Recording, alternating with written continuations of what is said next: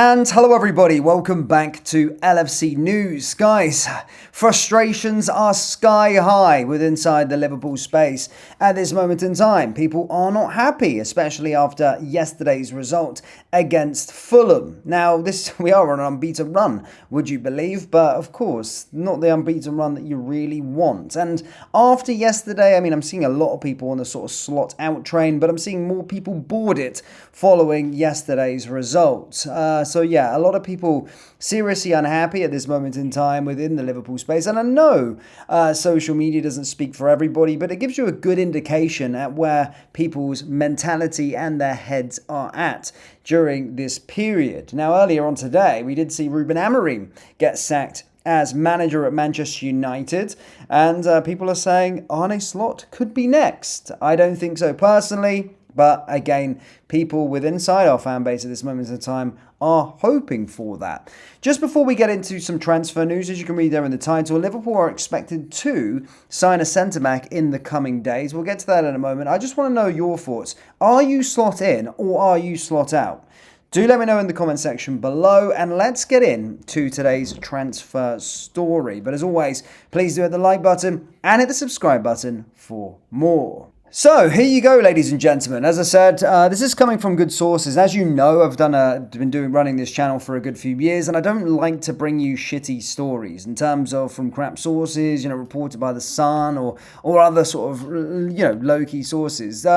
But when there is a good source that is reporting on something, then I'll bring it to the table. And this one is coming from a very good source. And as you can see, Liverpool are reportedly expected to sign 17-year-old centre-back Tella Ynwa. Sorry for any bad pronunciation there. Though any transfer would be delayed until 2027 due to post-Brexit rules. However, this journalist and these reports are confirming that this could be agreed in the coming days. Essentially, the centre-back is 17, is a left-footed centre-back who impressed at the Under-17s World Cup for Senegal last year, featuring in all 4 games before his country's exit. We'll get into him in a second here quickly, but I want you to get to the nitty-gritty. According to Senegalese journalist Sakai Saeda, a well-informed reporter within the region, Liverpool are expected to sign the teenager in the coming days. He is on the books at Amity FC, a professional club in Senegal's second tier, and is regarded as a strong defender in the air with both physicality and athleticism. He operates as the left-sided centre-back, and while still in the early stages of his development, Liverpool have reportedly seen enough to make their move. The caveat, however, is that the transfer does eventuate, and they would not move to Merseyside anytime soon, as the clubs in English top flight are prohibited from signing overseas players until the age of 18. He only celebrates his 18th birthday on January 6, 2027, meaning he would have to wait to formally make the switch, which is also the case for target FNY Endowuke. Liverpool are also in talks with Endawuke in view of the 6'5" centre-back joining in the summer after his 18th birthday, with plans for him to join Rob Page's under-21s for the start of pre-season in July.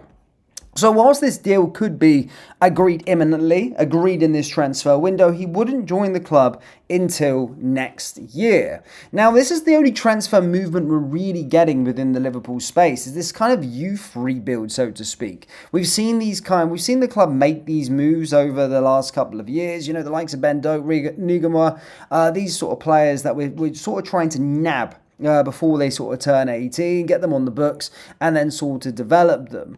And this certainly is the case here now with this, but this one's an overseas player, so it makes things a little bit more difficult and a different situation to ynwa and Ben Doak. But again, as you can see, coming from good sources, also reported on This Is Anfield, which is also a very, very reputable Liverpool source as well, and a reputable Liverpool publicist.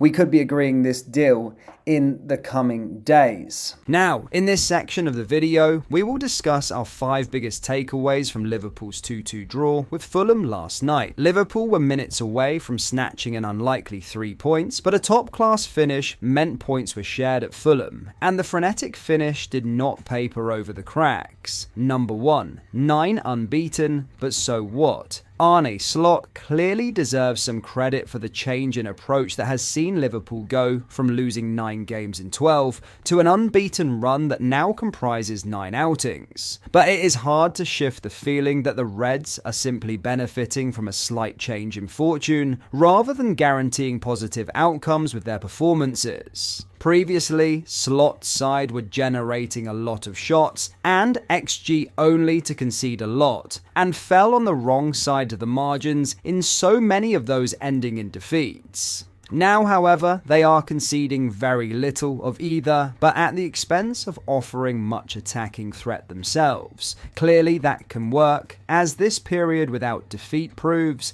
but it also feels like Liverpool are on a knife edge, and that this brand of football means another poor run is in the post. As much was proven by the fact that this one was thrown away at the death, despite Fulham having offered so little throughout. Number 2. Only seems to be going one way for Slot.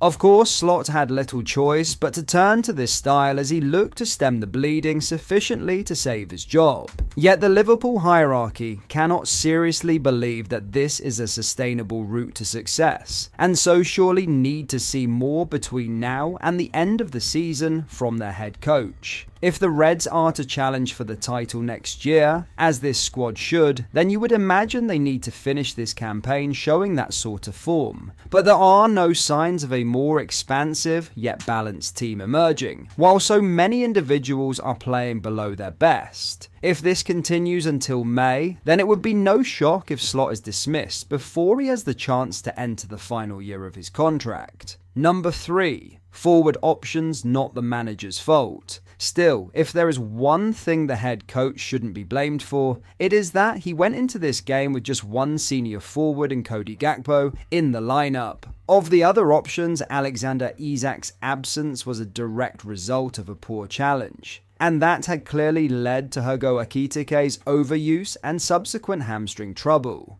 International duty for Mohamed Salah was also unavoidable, while the fact that the untrusted Federico Chiesa and very young Rio Ngumoha were the only alternatives is a squad building issue more than anything. As such, Slot could probably argue that it is little wonder that Liverpool are struggling for goals or to look convincing going forward.